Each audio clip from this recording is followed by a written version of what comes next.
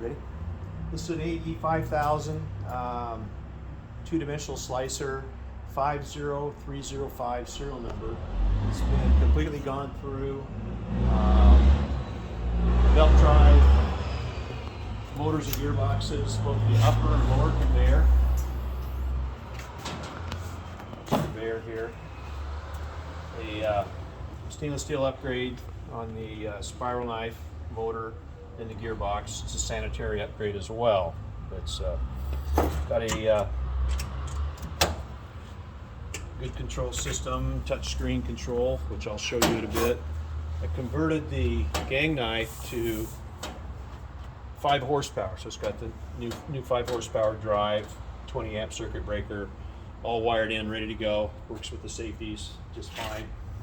Here is the 5 horsepower motor gearbox. Okay, suitable for cutting beef, quarter-inch beef as an example. You need a little bit more horsepower, and this definitely gives that to you and then some. Right now it has 3 spiral blades on it. I'll ship it that way. 100,000 stick spiral blades for beef cutting applications. Okay. Right now it has a blank gang knife cartridge in it. No knives, no gang knives. I'm waiting for the parts to come back from the machine shop. Should see them today or tomorrow, and I'll finish that part up. And it's ready to ship. New belts. All the guard switches work. Right now I got the upper guard bypassed in terms of the safety switch, so we could go ahead and see this thing run, but all the other guards work, and this will be set back to factory to where all the guard switches, safety switches work before it ships. Okay, so I'm going to power it up. Give me a second here.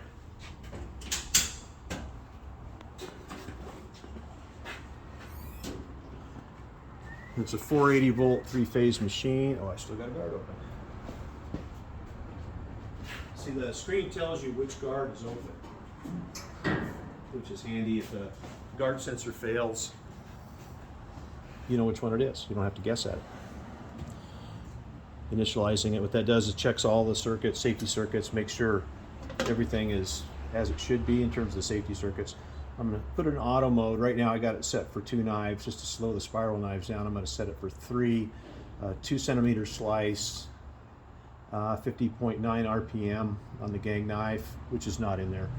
And the belt speed is at 8.5 meters per minute, pretty fast. So we're going to go ahead and run this shortly. It's not good to run these machines with no product in for an extended period of time, so I'm just running it very short period of time just to demonstrate everything works, as well as the safety guard switches. Okay, so here we go.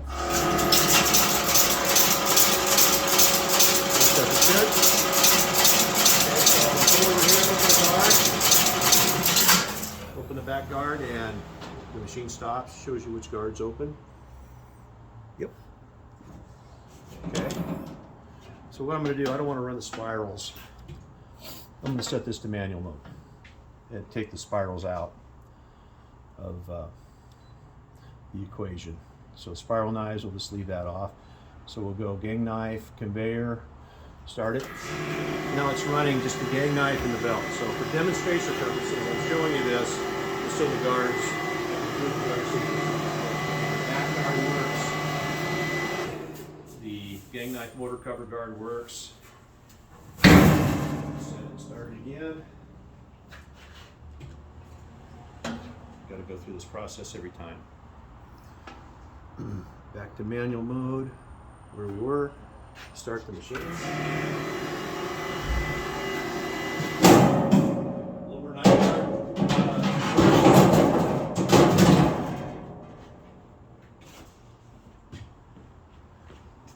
Back to the process. Then I'll take the front lower spiral guard off and prove that that one works, and that means 4 of the guards work. I just haven't proven this guard works, but it will before it ships. I guarantee that. Sound like a used car salesman. Here we go. So all you got to do is move it just a little bit out of the range of the sensor, and everything stops. Therefore, this machine is set up as shipped from the factory in terms of the guards, safeties. Okay. Let's take a quick overview of the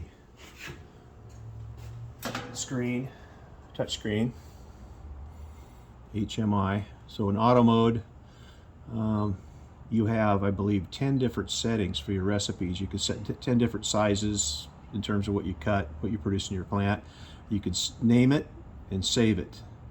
So you go in there, you can actually name your recipe, put an SKU number, whatever you want to do to save that. Hit enter, and it saves it. I didn't put anything in there, but that's how you do it. Okay. So let's verify it is indeed 10. I believe it is. Yeah, 10 recipes. Okay. Let's go back to,